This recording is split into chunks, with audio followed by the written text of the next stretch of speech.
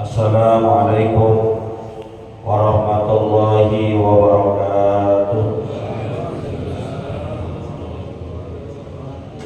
Bismillahirrahmanirrahim. Alhamdulillahirabbil alamin. Allahumma shalli wa sallim ala sayyidina Muhammadin wa ala alihi wa sahbihi ajma'in, amma ba'du. Baina ashabal hadis kitabullah wa khairal hadi hadi sayyidina Muhammadin sallallahu alaihi wasallam, wa syarrul umuri muhdatsatuha wa kullu muhdatsatin bid'ah wa kullu bid'atin dhalalah wa kullu dhalalatin finnar. Subhanaka la ilma lana illa ma 'allamtana innaka antal alimul hakim. Rabbi shrah li sadri wa yassir li amri wahlul 'uqdatam min lisani yafqahu qawli. Yang sama-sama kita hormati dan muliakan guru kita Ustaz Dr. Anas Haji Asma bin Haji Abdul Rahim, Ketua Masjid Al-Istiqomah Ustaz Haji Asmari bin Kiai Haji Abdul Rashid Siddiq, bapak-bapak, ibu-ibu hadirin jamaah yang dimuliakan oleh Allah. Alhamdulillah, sama-sama telah kita laksanakan sholat subuh secara berjamaah, dilanjutkan dengan hadir di majelis ilmu. Mudah-mudahan ibadah ini diterima dan dipanjatkan pahala oleh Allah Subhanahu wa ta'ala. Amin ya rabbal alamin. Melanjutkan bacaan kita. Bismillahirrahmanirrahim. Qala al-muallif rahimahullahu ta'ala anhu, wa minal muhafazati 'ala as-salati wal iqamati laha husnul khushu'i fiha wa hudurul qalbi wa tadabburul qira'ati wa fahmu ma'aniha wa istish'arul hudu'i wat tawaddu'i lillahi inda ruku'i was sujudi wa ibtila'ul qalbi bi ta'zimillahi wa taqdisihi inda takbiri wat tasbihi wa bisairi ajza'is salati wa mujalabatul afkari wal khawatirid dunyawiyyah. Wallahu a'lam. Melanjutkan pembahasan kitab An-Nasaihud Diniyah wal Wasaya Al-Imaniyah karangan Al-Imam Al-Habib Abdullah Al-Haddad. Beliau mengatakan, dan di antara wa minal muhafazati 'ala salati wal iqamati laha, dan di antara amalan-amalan yang menunjukkan kita menjaga dan mendirikan salat adalah husnul khusyu'i fiha wa hudurul qalbi, memperbaiki tingkat kehusyuan kita di dalam salat dan menghadirkan hati dalam pelaksanaan sholat yang kita kerjakan. Para ulama berbeda pendapat mengenai khusyuk ini. Khusyuk bukan berarti selama kita sholat yang diingat cuma Allah.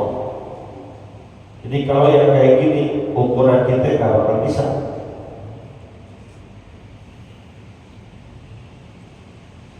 Tapi khusyuk adalah bagaimana ketika datang panggilan sholat kita merasa senang, dan saat melaksanakan sholat tidak merasa terbebani.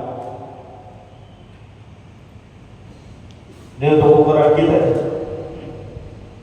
Makanya orang dulu cakep banget. Siang-siang dia lagi ngobrol-ngobrol, tahu-tahu bunyi azan berkumandang, Allahu Akbar, Allahu Akbar. Apa dia ucap? Alhamdulillah, udah masuk zuhur. Begitu kan? Terus dia berkegiatan, tahu-tahu masuk asar bunyi sholat asar. Artinya apa ya? Dia senang, dia kira kalau sudah saatnya masuk waktu sholat, berarti kesempatan itu dia bisa berdekat-dekatan dan bertemu dengan Allah dalam perkara ibadahnya. Lalu saat melaksanakannya hatinya itu tidak terbeban, sehingga karena tidak terbebani dalam pelaksanaan sholatnya, mengerjakan sholatnya dalam keadaan tenang, nggak buru-buru. Beda orang kalau merasa terbebani, merasa ini adalah suatu kewajiban yang berat, ngerjain sholatnya seadanya, yang penting gue ngerjain, sehingga kadang bacaannya sembarangan, tumak ninanya ditinggalkan. Orang kalau merasa terbebani, bawaannya pengen buru-buru selesai, pengen buru-buru rapi. Tapi kalau mengerjakan sholatnya senang hatinya, maka pelaksanaan yang dia kerjakan nggak buru-buru, santai aja. Karena dia merasa di saat itu adalah waktu terbaik dia berdekatan dengan Allah. Karena kata Nabi kita Muhammad SAW, saat sholat itu terutama saat sujud adalah waktu terdekat seorang hamba kepada Allah sang penciptanya.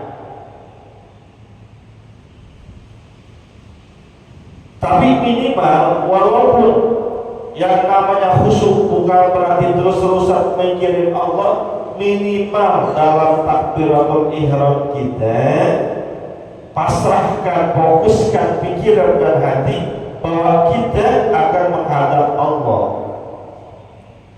Maka takbiratul ihram itu yang cakep.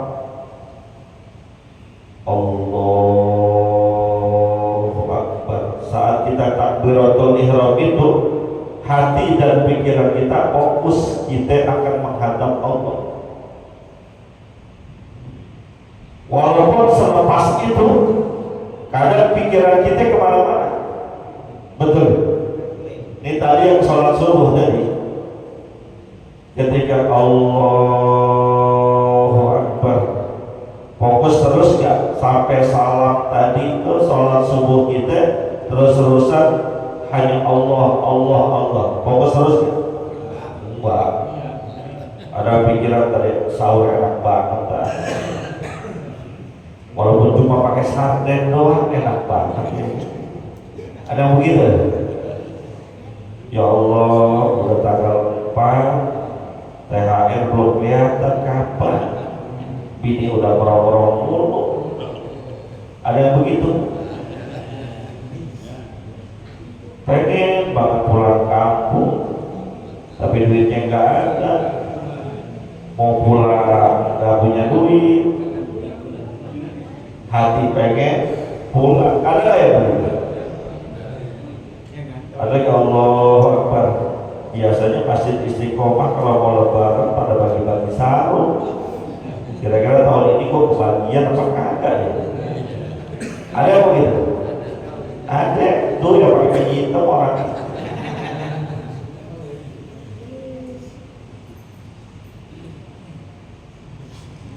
Yang penting minimal takbiratul ihram dulu dah. Karena umuran-umuran kayak kita fokus terus terhadap sholatnya berat, susah. Pikiran kita mengawal-awal kemana-mana. Karena ketika pikiran kita mengawal-awal kemana-mana, itu tidak membatalkan sholat kita. Di pikiran kita kemana-mana nih. Lagi sholat mikirin utang, lagi sholat mikirin anaknya, lagi sholat mikirin bisnisnya, lagi sholat mikirin kerjaannya, lagi sholat mikirin di luar sholat, nggak membatalkan sholat. Nggak ada.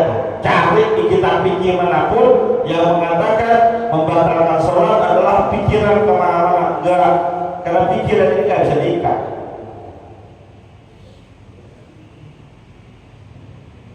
paling-paling, nah, pikiran kita yang kemana-mana itu yang akan mengurangi sholat kita diterima secara kualitas. Oke, nanti ketemu penjelasan selanjutnya. Ada orang yang diterima sholatnya cuma 50%, nilai sholatnya seharusnya pahalanya misalnya 100 jadi 50. Ada yang cuma 25%, ada yang cuma 10%, ada yang cuma 5%. Tergantung bagaimana dia bisa memposisikan pikiran dan hatinya ketika sholat. Dan harus mantap. Mohon maaf, takbiratul kita kudu mantap dan yakin. Allahu Akbar, mantap yakin. Gimana itu ada orang yang takbirnya diulang-ulang, Allah Subhanahu Allah bagaimana begitu? Teblak. Tuh ngaji semalam tuh. Semalam ada waktu ngaji di sini bab teblak namanya. Maka bertawus dulu. Ini yang diajarin ulama nih. A'udzubillahi minasyaitonir rajim. Ada baca qul birabbin nas, rabbi inni a'udzu min hamazati syayatin wa a'udzu bi rabbi an yahdurun.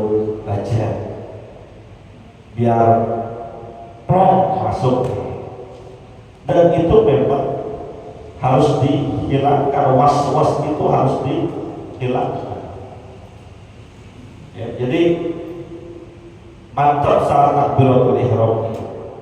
Maka seburu-burunya kita walaupun tasbih ketinggalan dengan imamnya saat takbiratul ihram jangan terburu-buru. Ada orang buru-buru, imamnya udah mau rukuk, lari dari belakang langsung mengejar imamnya. Benar, cuma kadang dia begini gak takbiratul ihram, jangan angkat tangan salah. Karena takbiratul ihram itu rukun sholat. Kalau nggak takbiratul ihram berarti rukunnya kurang, nggak kehitung tuh.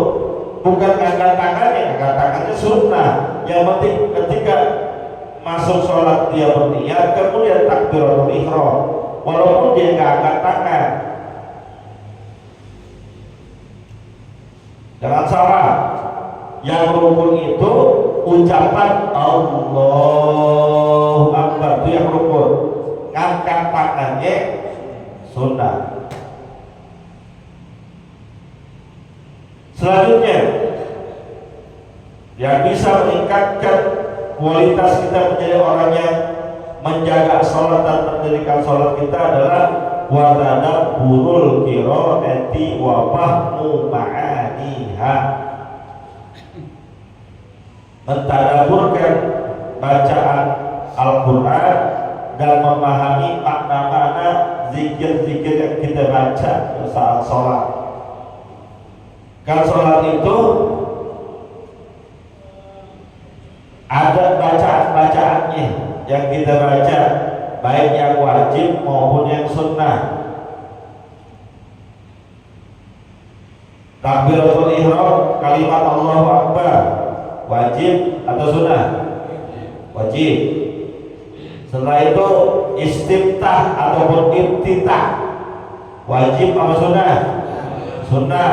Artinya kalau sunnah seandainya tidak dibaca, sholat kita tetap sah. Doa iftitahnya yang mana? Terserah. Allahu Akbar kabira, walhamdulillah katsira, subhanallah, silakan. Allahumma ba'id baini wa baina khataaya kama ba'adta bainal masyriqi wal maghrib. Monggo, ada yang baca begitu? Gak apa-apa. Allahumma naqqini minal khataaya kama yunqqa thawbul adyanu minad danas, silakan. Itu sudah. Kalau paham artinya lebih bagus. Lalu baca Fatihah wajib apa sunnah? Wajib. Karena Nabi mengatakan la sholata liman lam yaqra bi Fatihatil kitab. Enggak sah salat seseorang yang tidak membaca Fatihah. Kecuali memang dia baru masuk Islam, belum bisa baca Fatihah, nggak apa-apa. Tapi belajar. Yang kita yang terlahir sebagai Muslim kudu bisa Fatihah. Kalau bisa Fatihahnya bagus. Mohon maaf, kadang-kadang orang Islam baca Fatihahnya juga kurang bagus. Kenapa? Karena nggak mau ngaji. Kenapa? Karena merasa udah benar. Baca Fatihah. Guru-guru kita, ustaz-ustaz kita yang alhamdulillah sudah diamanahkan menjadi imam, saya yakin mereka sudah belajar Fatihah khusus tuh sebelumnya. Dan bahkan beberapa imam sudah saya minta agar belajar sudah baca Fatihah. Penting. Kenapa? Karena kalau imam harus nanggung bacaan makmum, minimal Fatihahnya harus benar. Walaupun seandainya bacaan surah yang lainnya salah, nggak pasti, salah dalam arti tidak pasti, nggak apa-apa. Yang penting Fatihahnya perlu benar. Kenapa? Karena imam nanggung bacaan makmum.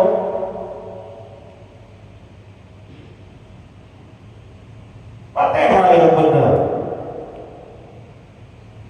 Mohon tahadus bintik lah. Saya belajar Fatihah lebih 2 tahun.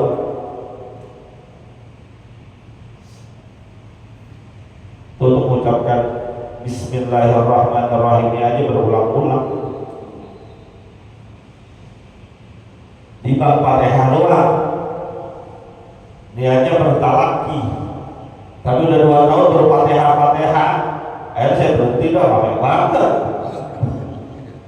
Yang penting Fatihah udah beres. Dengan guru yang bersanad. Penting nih, mau imam atau bermakmum belajar Fatihah yang benar, karena banyak yang salah baca Fatihahnya.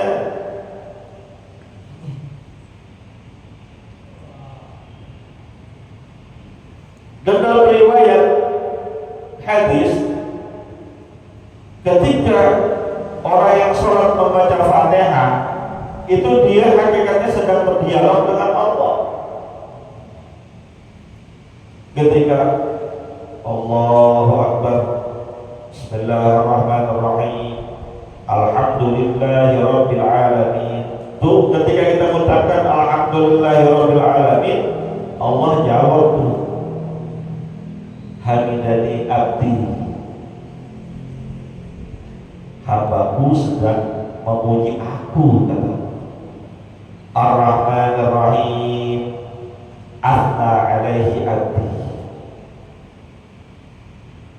Maliki yaumiddin. Kita bilang begitu, Allah jawab, Majadani abdi, hambaku sedang mengagungkan aku. Iyyaka na'budu wa iyyaka nasta'in, ihdinas siratal mustaqim, siratal ladzina an'amta 'alaihim ghairil maghdubi 'alaihim waladdallin. Amin. Ketika itu kita baca, Allah jawab, hadza baini wa baina abdi. Ini nih saatnya urusan aku dan urusan hamba. Wali abdi ma sa'al, kata Allah, dan bagi hambaku akan aku berikan apa yang dia minta. Wali abdi ma sa'al. Cuma kita kagak paham, kita kagak tahu, sehingga kurang meresapi.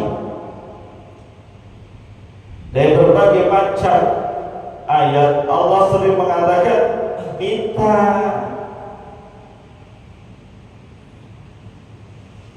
Ujibu da'wata da'i idza da'a, minta. Karena memang aku tukang meminta. Sholat sendiri secara bahasa artinya doa. Maka boleh banyak meminta kepada Allah saat sholat, terutama sholat sendiri. Minta. Memang Allah yang bilang boleh minta saat sujud, boleh minta sebelum salam gitu tuh. Kita berdoa kepada Allah, tambahin dengan doa-doa yang kita pengen minta. Apalagi di bulan puasa, kita lagi puasa ini. Ada sebuah hadis yang diriwayatkan oleh Ibnu At-Tirmidzi bahwasanya ada 3 orang yang doanya tidak ditolak oleh Allah. Salah satunya adalah orang yang berpuasa. Minta. Kita lagi pada puasa sekarang, itu gak ditolak doa kita. Minta apa? Minta terserah. Pengen punya rumah, minta. Pengen punya mobil, minta. Pengen punya motor, minta. Pengen punya bini lagi, minta. Permasalahan nanti doa kita belum diijabah di dunia itu lain urusan. Yang penting minta dulu. Wali abdi masa'al, untuk hambaku apa yang dia minta. Mudah-mudahan Allah Subhanahu wa ta'ala jadikan kita orang yang bisa menjaga ibadah sholat ini dengan sebaik-baiknya. Al-Fatihah.